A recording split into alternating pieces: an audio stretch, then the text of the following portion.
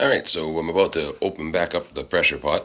You want to always be careful when you're doing this because it is under severe pressure, and that can be dangerous if you don't release the valve properly and let all the air pressure out before you try to unscrew that cap. So this is how it's done.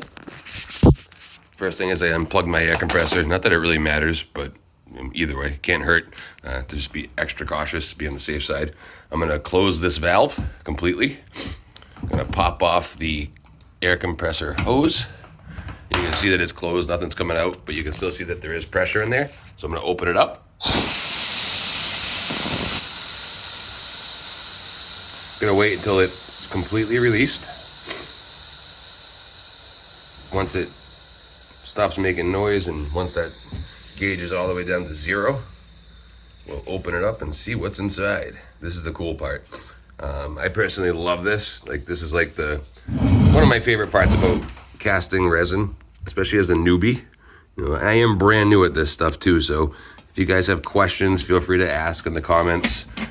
If you don't mind subscribing and liking, I'm brand new to YouTube as well. I'm actually just getting my channel started, so it would be cool if I could get a couple subscribers, maybe help you guys out, and maybe you can give me some pointers and tips too if you're more experienced at this stuff, because again, I am new at all of it.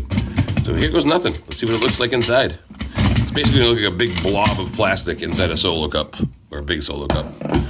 And there she is. Got her wrapped in saran wrap, which helped keep the chunks of wood pressed down a bit. It's a little tip I picked up from one of the other guys online. Also, you'll see that there's rice everywhere. That was another great tip that I actually got in the beginning of doing this when I was just learning. Sorry about the camera real quick.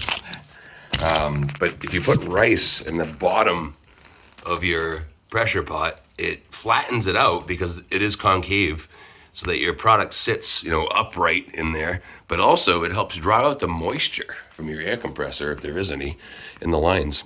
So anywho, here's the product after it's been curing overnight. It is rock solid, as you can see.